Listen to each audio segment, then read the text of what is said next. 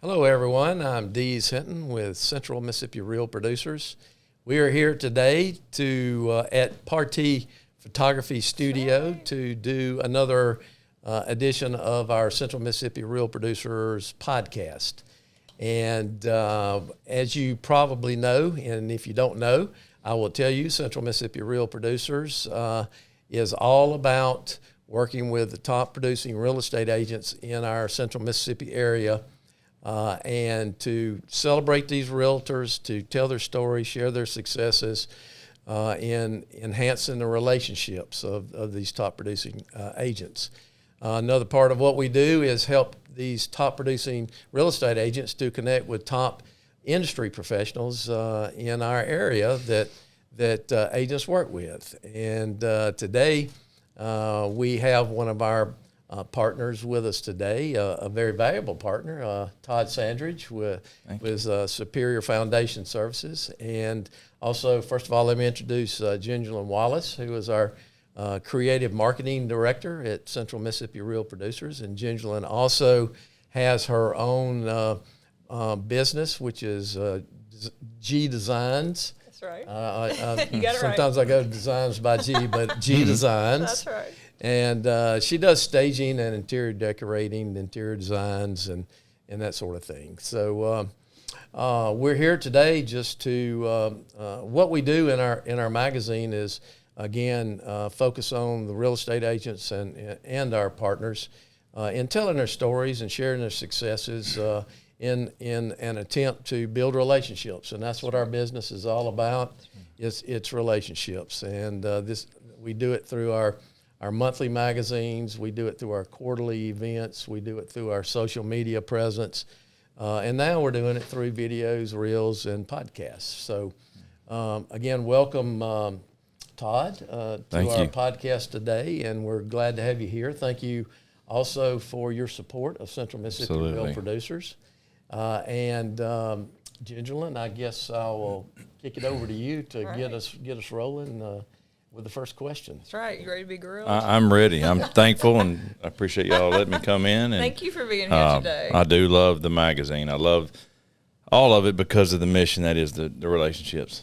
You know, and that's what we're about. I don't think you can have business without relationships. At least I don't want it. I know, right? You know, I don't want any business if I can't build a relationship or make a relationship. And I've been in my own business for 26 years, and, you know, it's all about that. Yeah. I have been blessed with great relationships along the way, and most that I still have, and I'm super thankful for that. And so that's why I love being a part of Real Producers. I think it's a great product, and it's a great way to network. It's a great way to build relationships. So we're thankful. Great. So thanks for having me here, and sorry I was late. Oh, that's all right. I was running over, and on the interstate on the way here, I saw this lady with a black Suburban. Looks like she probably has a bunch of kids in there. And on the back of it, it said, Hot Mess Express.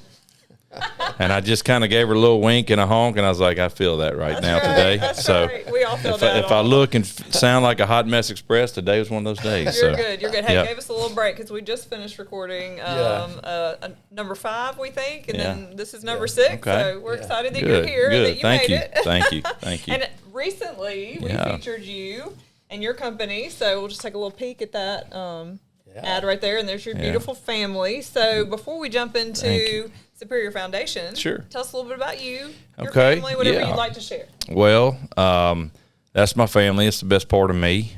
They make me look good. I'm married to Elizabeth. We have 3 kids. Isabel, she is 20 and a junior at Ole Miss. And we're just anxiously awaiting and counting down the time when she can get on her own. She's a great kid. She's going into education. My middle daughter is Selah. She's 15, about to have her sweet 16 birthday coming up October 30th. And that comes with all the greatness and all the stress, too, of maybe having another young driver in the family. But it is going to be nice, too, that she can cart herself to volleyball practice. She's a pretty big volleyball player, so that'll be nice. And then our son, Kane, he is 14. He's in 8th grade.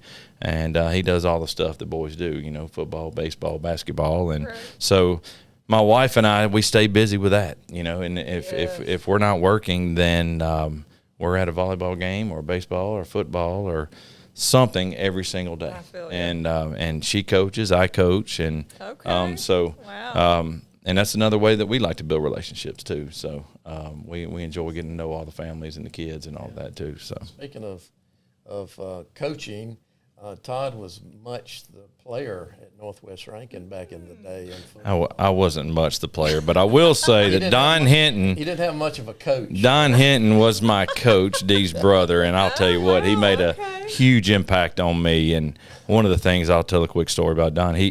Coach Hinton was the guy that never cussed. Wow. And if you look at people's, and I use him as an example all the time, so you can tell him I said this. I look at Coach Hinton as someone who expressed their faith but didn't preach. You know, his whole entire testimony was he didn't have to tell you he loved Jesus. He didn't have to tell you he was a good guy. He just walked the walk and talked the talk, and that stuck with me that, you know what, I don't think I ever heard that. And that's hard to do on a football field, especially with a bunch of dumb, stupid impressive. Teenagers who weren't doing what you're supposed to Right. do. Yeah. So he made a huge impact on me. Wow. Yeah. He lived it and shows it. And It does. Doesn't have to talk about it. Fine man. So, Fine yeah, man. he still is. Yep. Yeah. I've seen him recently. Now he's retired, and good for him. He can go play. I'll see him in 2 days. We're having a little get-together down on the coast. My grandfather, mine and Don's grandfather, is being inducted into the Van Cleve High School Hall of Fame. Wow. Wow. As a matter of fact, it's the very first they're starting a Hall of Fame. That's special. He's one of the, I guess, big founders or contributors or Yeah. whatever back in the 60s, Yep. maybe 50s, 60s or something That's special. like that. And so he's being inducted Saturday. So he coached me at Northwest Rankin, and then he went to Van Cleve, so he followed your dad, I guess, there, huh? Yeah, he went to Ocean Springs first. Yeah, that's right. And And then then Van he went to Van Cleve, and then he ended up going back to Ocean Springs as athletic director. That's pretty special. And then to the Mississippi High School Activity Association as executive director for 10 years. And last year he retired, and now he's totally worthless. Yeah. He does absolutely nothing. I talked to him. His birthday was this week, and talked to him this week, and he was in Oregon. Well, you know, Traveling. Yeah, traveling. you try to teach your kids how to be a witness, and you don't want to turn them off, right? You don't want to turn people off. But, you know, I talk about people like Coach Hinton, and because he was a witness without having to tell you anything. So that's pretty cool. That's There you awesome. go. Thank You're you going very to have to Yeah. tell him to watch Thank you this. very much Yeah. for sharing. That's right. He'll Yeah. appreciate what you said. Yeah. He's really going to love that you said he was worthless. So. Yeah, that's right. That's right. Well, anyway, Todd, tell us a little bit about Superior Foundation, how long you've been in it, Yeah. when you started it, and all Yeah. the good stuff. So, you know, it kind of started out of default, Gingerlyn, honestly. I've been a contractor for 26 years here. And my partner, Trey, and I, we were in the process. When you're in the contracting world, a lot of times you need other assistance, right? So there's times where somebody needed foundation repair. We'd have to contract somebody to do that. There were times where we might buy and sell and flip a house, or maybe have a rental property or something like that needed it. And over the course of our career, it was amazing that we felt like we were constantly dealing with inadequacy, honestly, and to be frank, with a lack of integrity. There's a huge lack of integrity in that business, and unfortunately, you know, at that time, you always feel like, you know, if you just signed on the dotted line today, they're going to throw in the floor mats and they're going to, you know, do this, and it, you know, there wasn't a real good explanation and things like that I would see. Let's say if we had a client that needed that repair, and they wouldn't just really talk them through it, so then I'd have to go back, or my partner would have to go back and go, hey, here's what they're talking about. Here's kind of it in layman's terms. Here's what they're talking about. Here's the reason. You know, here's how they're going to do that. And they go, oh, okay. And we kind of put them at ease and things like that. And so, you know, it was a 4 or 5 year discussion with my partner and I.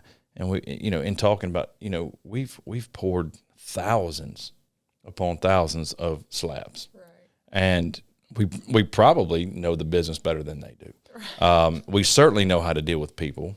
We have way better integrity. And when it comes to that in business, I think people just want to know who they're dealing with. They want to know that they stand behind their word, they stand behind their work. And so in that process, it was interesting that, you know, for us that, you know, we realized that the companies in town too, they only had one product. And that was what amazed us, is really it's not a one product fix all type of thing. So we went into that looking at it going, hey, I think not only could we do it better, but if you don't go in, you're not buying into a franchise. If you're not buying into their world, you really have more options for people too. Sure. So I'm an options guy. I can't sleep at night unless I think, man, I've given them every option they have. They can, talk about it, pray about it, yell about it, whatever it is. But I want them to know what all their options are. So we kind of set out to do that. We, 2016, we opened Superior Foundation Services. We actually opened it up. We acquired a post-tension cable company. Not the super sexy part of our business, right? It's a cable that goes into a slab prior to it being poured. You can either use rebar or you can use post-tension. Here in this market, because we have such expansive clay, post-tension it helps keep it together. Right. So it really is. It's not the end all be all, but it is in this market. It really works better on a more house or building slab. So we acquired them. We set out to, increase that business. And as we were doing that, we added products that we could offer for foundation repair. And over that course of almost 8 years, we've added more and more products and services. This year, exciting year. This year, we bought out a gentleman who we've done business with for a long time. He was much like Dee's brother. He was kind of getting sorry. He wanted to he wanted to fade off. So he actually, this man wanted to be worthless. He needed to be worthless because he's worked his tail off his whole life. So he deserved it. Yeah, one of the best concrete guys I've ever known. So we bought his business out, and that allowed us to take our business to another level. So now that we don't just provide you the cables, we can actually provide the forms. We can finish the concrete. We can put the cables in it. We can go back and patch. We can go back and tear driveways out. We can tear patios, pool decks. Over time with age and the clay that we have, things just move, they crack, and they just need to be repaired. So we could do that on a contract basis, but it wasn't efficient for us, and it certainly wasn't the best price and product for the client. So now we have that ability to offer that, and it just really goes in hand for us. So it's really been an evolution of starting it to getting to where we are today, and our excitement is even greater. So we're wanting to grow more. We're wanting to add more products as they come out, or as the technology gets better. We're really wanting to get there. Wow, that is so interesting. Yeah. So you do foundations, you do repairs. Kind of walk us through. You said we added a lot of products. Kind of what is that list look like? Most of the jobs that we do, when I say repair, a lot of people, they kind of tense up, they freak out, and they go, "Oh gosh, my whole house or my whole office building, it's moving," and that's not always the case. And honestly, it's typically not the case. Not to say that we don't lift the whole house at times, but I would say 3/4 of that is maybe they got a little corner off, or maybe just half the house is not right, and we have to go in and pick it up. And by doing that, we put piers under the footing, so everything's kind of concentrically loaded. What we call it in our business is everything's got a footing around it, and then you've got interior footings. You hope. Some houses don't actually, and it's kind of hard to deal with when they don't, but most do. So we get under that footing and we raise it up. You got to go about every 5 to 8 feet, depending on the weight of the house or the building, and you have to come inside too sometimes, unfortunately. And people go, "Wow, you got to take my floor out, and you got to dig a big 3 foot by 3 foot hole, and you put that dirt in my living room or my bedroom and all of that." And the fun part is we've got a really, really good and large crew. So when we get to that point, we can say yes, but by 2 days from now, we'll have that back. We'll have the concrete patch, and you'll never know it, and your house won't be leaning downhill, right? So, and that's a big thing with what we see with real estate too, and real estate agents is. And it's fun to go to their meetings, and we go to their sales meetings a lot, and we talk a little bit, but mostly what we do is answer their questions, and that's a good thing for us, because I like the dialogue. I like the question and answer in that, setting. But, they have to sell a house one day, or they are with a client to say, "Hey, you're going to buy this house, but it may not be your last one, right? You may have another one down the road, right?" And I don't know, what the latest data is on, how frequent people move, but it used to be about 7 years. I do think that's probably slimmed down a little bit, although I haven't seen the data, but let's say it is. I mean, 7 years, let's just use that term or that number. If it's off, you may have trouble selling it, right? That's right. And so, you know, a lot of realtors, they want to make sure and protect, you know, their clients. So we'll go in there and we do it complimentary because we do want to have that relationship with them when they do need something. And that is, we may just go in there and shoot an elevation and say, hey, you know what, you're good, all good, and kind of gives their buyer a good peace of mind. Or sometimes it is off. And that doesn't always mean walk away from it, right? It may mean, hey, we can fix it. Here's how much it would cost. Maybe they reduce the amount of the house, right? To, you know, to cover that. And we give a lifetime warranty. And that's, you know, something else about us too. And I'll tell you that, you know, when we were dealing with these other companies before we started ours, that was my biggest issue. Is you can take a look at it, and there's, you know, several of them still in town. They do it like this. They have a contract, and they're going to do the work for you, whether it be foundation repair, French drains, or anything. And they have it scaled by how much it is, by how long their warranty is. Oh, really? Now think about that for a second. You're scaling your price based on how long you think that's going to last. And that hurts my feelings. There's zero logic in that. So with us, you know, and what they do is they say, okay, for a 2-year warranty, it's this price, which is a little bit lower, right? And then a 5-year warranty, and then a 10-year warranty, and then a lifetime warranty, which is your highest, but hey, it's a lifetime warranty, right? So first of all, warranties are really only as good as the person who's giving them. Right. And that was a big problem with us, because we had clients in the past, they would say, well, hey, we're going to sell our house and we need to get our warranty paperwork together and all that. I'm like, yeah, just call this XYZ company that did your work, and they don't even they have paper records. Nothing's in a computer, nothing. And they're like, well, we can't find it. And can you imagine? And these people paid $20-something thousand or $8,000 or whatever that is. I don't care if it's $1,000. They can't find the paperwork, but yet they gave them a warranty. So those are the kind of things that drive me nuts as a business owner. And say, you know, I mean, you know, you can't do everything perfectly, but you can certainly, you don't want to set people up for failure. And you don't want to sell a warranty that's not even good, right? So with us, everything we do is a lifetime warranty. Wow. And we give one price. And what does that mean? Something goes wrong, you're just going to come in and take care of it. We will. So it depends on the product too. So some sort of, there is, like, if it's the lesser price products, like a concrete pier, for example, it's very quality. We've actually never had to fix one of our own. We've never had to warranty. Although it's their lowest price option, we'll charge you to adjust it, but we won't, recharge you to, do the whole thing again. Right. And as you scale up to the higher cost products, they're also a better product. So it might be steel with concrete in it, for example. And those typically, I mean, if it's a failure, it's on us anyway, because the product doesn't fail, right? So if it's a fail, it's probably a fail in installation, and we'll just take care of it. So, but the biggest thing about the warranty is we put it all in a cloud, right? And it's under the address, and that's the thing that, if somebody wants to access it, and listen, there's a lot of realtor partners that y'all have at Real Producers that call us to this day, and they, we'll get them several times a week. Hey, that house y'all fixed a few years ago, I'm selling it. Can you send me over that warranty paperwork? Because I know the people don't have it, and they don't, because none of us keep that paperwork, right? Absolutely. Takes 5 seconds. We can get it off our computer, and it's under the address. So it's not under those people's name, and that warranty is transferable, right? So you want to be able to transfer those warranties.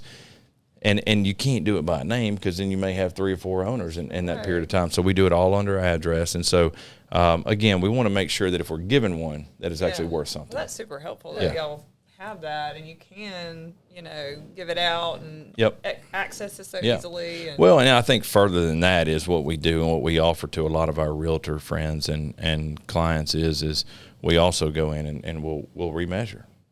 If you want us to look at it once a year, we'll do that. Or, hey, y'all fixed this house for my client 2 years ago. Now I'm selling it for them because they've gotten transferred, but I don't want to put it on the market till I know it hadn't moved again and things like that. No big deal. We print that paperwork off our computer. We know what our last measurement was once we fixed it. So then we take it over there and we write the new measurement. So we actually have data measurements there, and then we provide that with them. So when they go to sell it, they can sell it with integrity and say, here's what it was before it was fixed. Right. Here's the final measurement after it was prior, to being fixed. And then maybe they've measured it 1 or 2 times. All the dates are on there. And so that they can actually sell that with integrity and go, hey, this thing's not moving. Wow. And that gives whoever's the buyer a peace of mind to be able to do that. And so that's huge for us. That's something big that we wanted to offer. Right. Wow. Yeah. Well, okay. So just because I know our agents that are watching would love to hear you speak just a little bit too. Okay. So you're looking for a house, you find one, you really like it.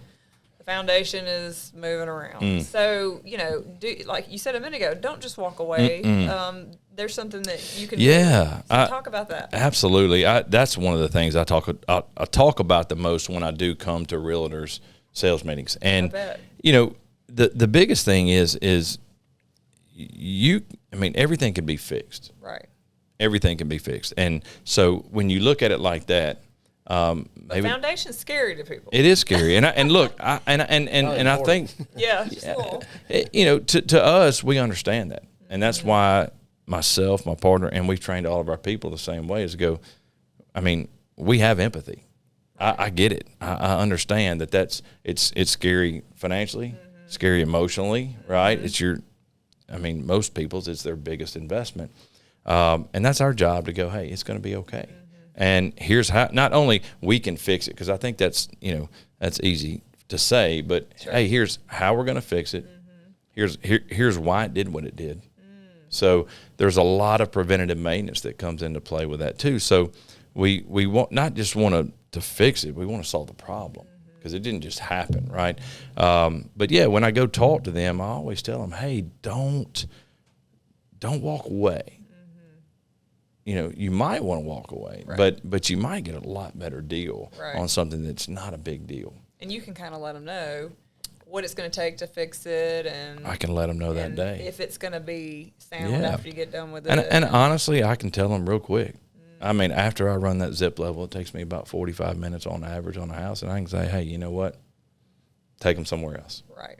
Hey, I got this. And when I say that, I've done this a long time. I've been in the real estate and the construction market for a long time. Right. And that's an added advantage to our realtor clients. And that is, I might go, okay, the asking price for what's going to be fixed. Hey, let's stick by this one. Let me give you an estimate. And you might have found a gold mine here for your people too. Right. So, we're always honest, and we're going to tell them, what's going on. The preventative maintenance side is the biggest thing. And that's where we preach that a lot. And that is, there's a reason why things move. Right. And that reason is water.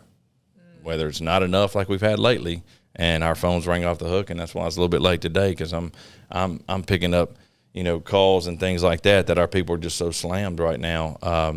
You get 3.5 months of no rain, and no water, everything's falling. Right, because that clay will shrink up. It has nothing to expand on. And so it shrinks. Guess what? That pulls that slab down. So we've gotten a lot of those.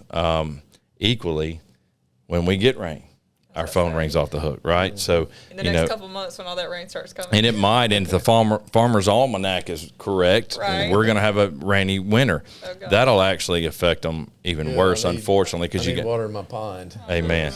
You and I both. So, I think we all need rain. What we don't want is, 4 inches a day right now. Right, especially going from dry to wet. I bet that'll not be good. It'd be nice. We're getting maybe a 1/4 inch, 1/2 inch today. Those are nice kind of lead ins. And, in those situations, though, that water, is water getting up under there, things like that. We do probably more preventative work than we actually fix. So we might go over and go, hey, you're off a little, right? You're 2-3 inches off. You're kind of borderline. Let's don't do anything to it, but let's prevent it from happening anymore. Okay. And then let's watch it, and again, that's the other, product I would say, or offer that we have to people is we'll come out here again for free, and if you want to put it down and let us know in a year, or we'll just put it on our calendar. Sometimes they'll say, hey, come back in a year. We'll just put it on our calendar. We'll come back and measure and go, okay, after we've done this drain work and maybe it's settled all it's going to settle, here's where we are. Now, do we want to go back and fix something, or are we good? Right. So that's a big deal, I think, with people too, is we offer that. We've got a guy, he was one of the first clients that we've had, and he was in Ridgeland, and that guy, is great. He's a physician, and he calls us once a year. And we tell him, hey, you don't have to call us because we're on the computer and we're coming on this date. And he smiles and he laughs and he's like, great. And we go in and we check him out and we write his measurements down. This is probably like year 7 that we've written them down, and they've always stuck. But hey, that's what we want to do. And honestly, you want to go back to relationships. We've got a great relationship with him. Right. And that guy sent us a lot of business because we've always kept our word. We've done what we said. We've kept our word on warranty. We've actually gone back. We actually tore his driveway out and repoured it at one time. We've done a French drain over there because that was ultimately his problem.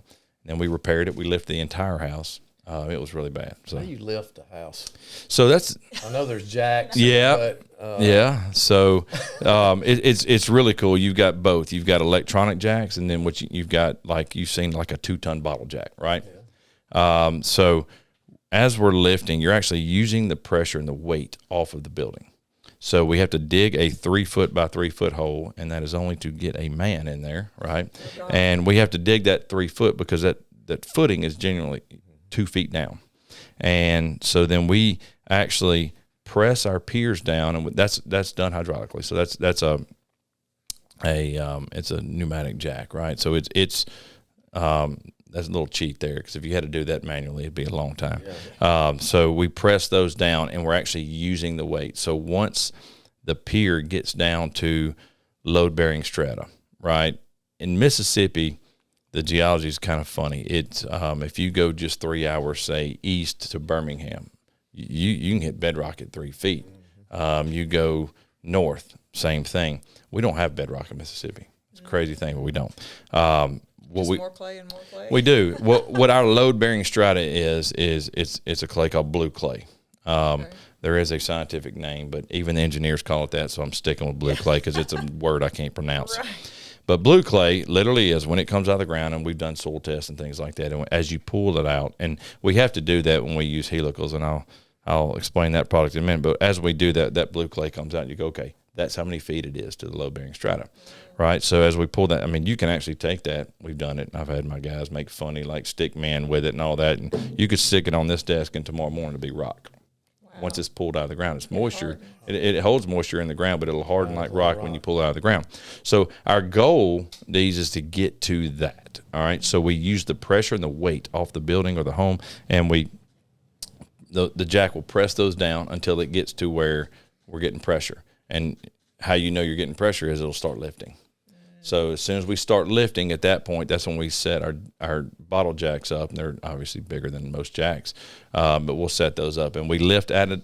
That's why we have to have a big crew. So we'll lift 5 to 7 at a time, right? So we're literally hand jacking at that point, because you're going inches, right. Half inches, right? So you don't just want to start yanking that thing up, because then it will. Well, and the biggest problem is, if you can think about, say a typical, like, ranch style house, you've got a perimeter footing, and then you've got footings in between. Mm-hmm. And so that's why you have to come inside sometimes, because if I just lift the outside, it would kind of do like a sandwich bread, right? If you, you have to lift it all continuously. But the other part is, you don't want those footings to break. So if they break, then you got a problem, right? Because then you got to get up under them on 2 sides and kind of lift them back up. So that's why it's a really delicate process as you're doing it. It's really muddy and it's really dirty, but I'll tell you what, it's real delicate. So when we typically lift, like we did one yesterday morning, we'll get 2 people inside who are not lifting, and they're on phones, right? And they're going, hey, stop, hold up, because you can see what it does to windows. You can see, so right. You can only go to max. Yeah. So we lift what we call to maximum capacity, right? That's another engineering term. Basically means we lift it till we can't lift anymore to do damage, right? So if your house is 5 inches off, for example, it doesn't mean we're going to lift that thing 5 inches. Sometimes it does work out that way. Most of the time, we're going to lift maybe 2 to 2.5. We're going to get it to where it's good. You're not really feeling like you're walking downhill. Right. It's going to be stabilized. It's not going to go anywhere else. But to get it to zero, a slab that's even 5 years old, it wasn't zero when it was poured. Right. I've poured many of them. You can run a transit level around that thing while you're pouring it, but somebody's stepping on form board, somebody's doing something. Concrete's weighty. It's real heavy. So you're probably an inch off at the pour, right? So you have to factor those things in. But as you're lifting, that's how we lift. It's real tedious when we get to the end of it. Once we get to the end of it, of course, we go through the same inspections and from the municipality that we're in, whether it be Brandon or Pearl or Madison or Ridgeland or whoever it is, Clinton, and we go all over the place. So whatever that is, we're getting permits. They have to actually come check. They come check our holes. They check out, our final placements and everything like that. And once we get the okay there, then we cover it up. And if we've gone inside, then we actually, cover it up. We tamp it, and then we put concrete down. So we're ready for floor to go back at that point. So you don't really know we were there. We even sweep. Believe it or not, men sweep. We clean up. We try to keep everything out of the driveway. Which is a big deal. That is a big deal. A lot of people don't. It does, man. How many times you'll see a worker leave? They leave, and then it looks like they just got out of deer camp or something, right. And that's a big deal. We carry pressure washers on our trucks, and we try. I mean, we don't clean like women by any means, and we're not that tidy, but we do try to leave it like we found it. Right. Particularly when you're going inside someone's home. Yeah. So we use a lot of plastic and things like that. I mean, we're shoveling dirt out of your living room. I mean, literally, we got plastic down and we got wheelbarrows in there, but we try our best to make sure that we protect the property and their belongings, and ultimately get out as quick as we can. Because that's what it's an inconvenience as it is. Yeah. And frankly, we don't want to be there any longer than we have to anyway. So what we do typically is we have a good idea how long we're going to be there, and we communicate that up front. Sure. So, don't try to get us out of here any sooner, but most of the time that's usually a relief. They're like, oh gosh, I thought it'd be longer. So, but we definitely try to communicate with everybody up front. And I think that's the best part of our team is really we work hard on communicating. And it is. And I mean, just, let them know everything up front, how long it's going to take, what it's going to cost, what it could do.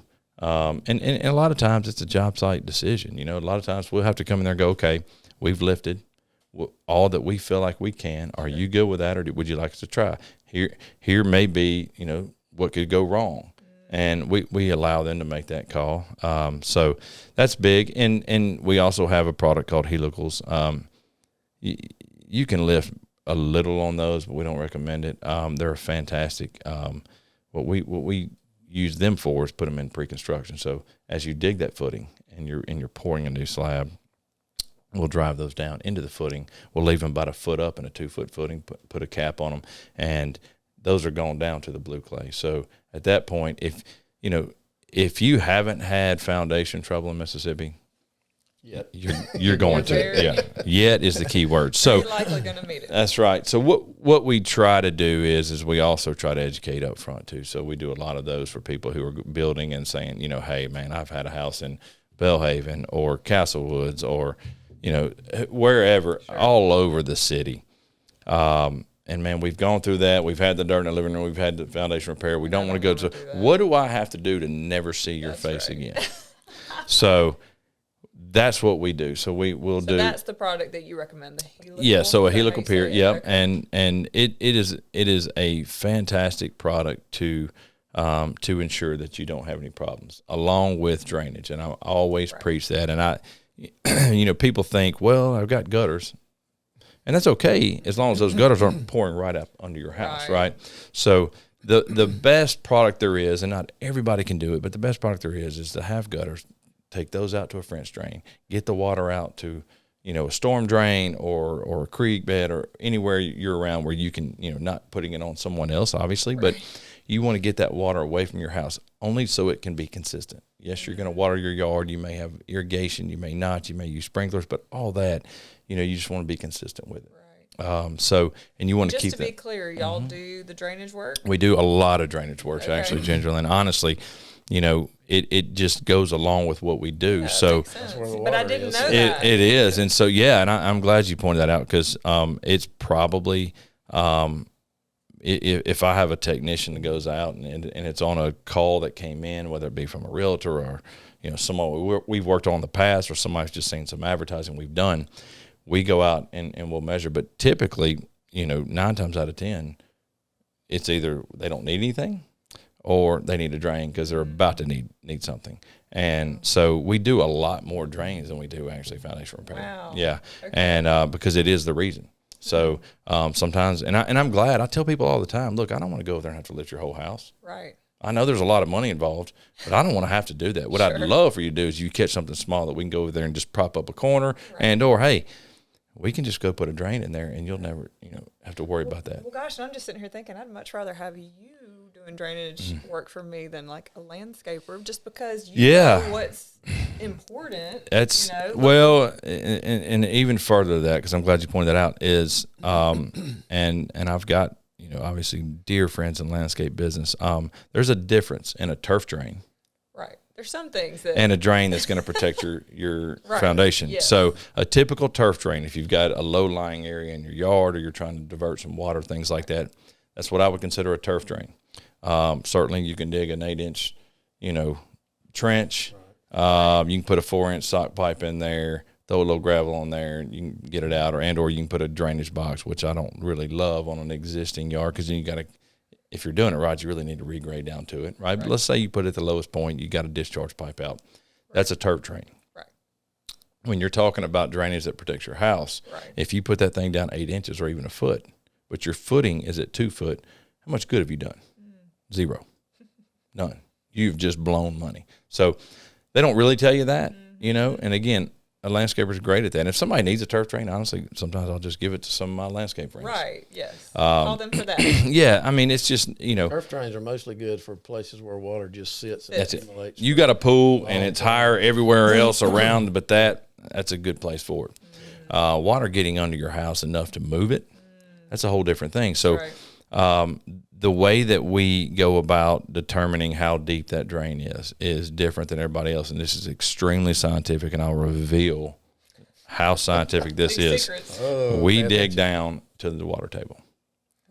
Okay, so you can take a post hole digger, you can take a spade, you can take anything you want. You can dig in your yard, and you can dig in your yard, and you can get down, and you'll find, until you go, you'll start seeing water seep in. That's where your water table is. That's how I used to dig a well. That's how they did it, right? A little bit different when you're dealing with clay, so you got to sit there and you kind of got to do it a little slower, because you are dealing with clay, some of it non-permeable, right? But that's how we determine where that water is, because let's say your water table's at 3.5 feet, but we just put a 3-foot drain in there. Again, we have wasted your money, right? It's still getting under your house or your building. So what we want to make sure is and listen, I've got one right now we've got to go do, and I'm not looking forward to it, but it's going to be 9.5 feet deep. And that was an engineer. We actually did it, and then I sent an engineer over because I wanted to make sure, and he actually was exactly where we were. And we did one. We actually did one the first of the year. We did one that deep, and what we had to do is we had to build walls, and to make sure that it didn't cave in on my guys, because you can't do all that with equipment, because it's a big deal. So that would not be fun to do with a post hole. No, but if you don't get down there, then you're not getting to what's getting under the building. Wow. That's right. You're not fixing the problem. You're not. You really need somebody who knows what they're doing. You do. When it comes to that kind of stuff. Unless it's a puddle, and call your local landscaper That's for right. that. Yeah. That's right. We can do those, but you can call him too. Yeah, absolutely. Well, that is so awesome. Yeah. Okay, so tell us, what's the best way to get in touch with you? Yeah, so have a website? We do. We have a website. It's superior.ms, and you can get in touch with me or our company at 601-941-2125. Okay. My email address is Todd at superior.ms, so TODD. Pretty easy. Our office is in Ridgeland. We're over there by Freedom Ridge Park, if anybody knows where that is. That's right. And I tell people that. I'll tell you where I live. We don't run away from business and warranties and things like that. A lot of our competitors will do that, and we pride ourselves on doing that, because we know we got to see people at the ball field or at church or, at school or whatever it is. Right. And so we want to make sure that they know, hey, we all live here in the community of Jackson, and you can find me. And you can find us. And we're like Dion, right? That's right. You know where to find us. And I want people to know where to find us. So, our office, 601-941-2125. That's the place really to get us, because at that point we have a set schedule. If somebody just has a concern or worry or something like that, wants to take a look at it, they can either do it on online, or they can just call us and we can put them on that schedule. And we're pretty good about getting a technician out within a few days. Awesome. Unless it's emergency, we'll come out then. But Okay. Yeah. All right. Well, Todd, thank you so much for being with us today, and thank you so much for your support of Real Producers, and we really appreciate that. And you are the only foundation company that works with us. I'm pleased. Thank you. Everyone that's right. to work with you. So thank you so much for a lot of valuable information there. A lot of stuff that I've certainly am enlightened about. But me too. Also, thank you, KP, Kalen Partee, That's right. Partee Photography, for the use of his Always studio. does an awesome job. Yeah, absolutely. And also, Gingeline, tell everybody how to find this podcast. That's right. So we're going to share this on our Facebook page, our Central Mississippi Rural Producers page. So you'll have a link there to go to our YouTube.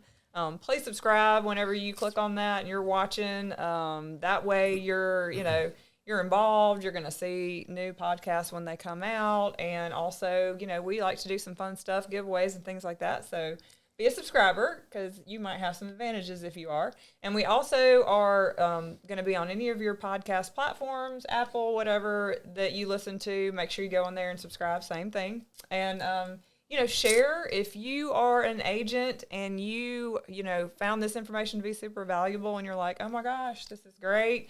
Please share this so that other agents and other people can hear what Todd had to say. So much good information. So the more we can share that and get that out there and help people to know, how to make a good call and, who to call. That's right. So we would love your support and sharing and subscribing and all that good stuff.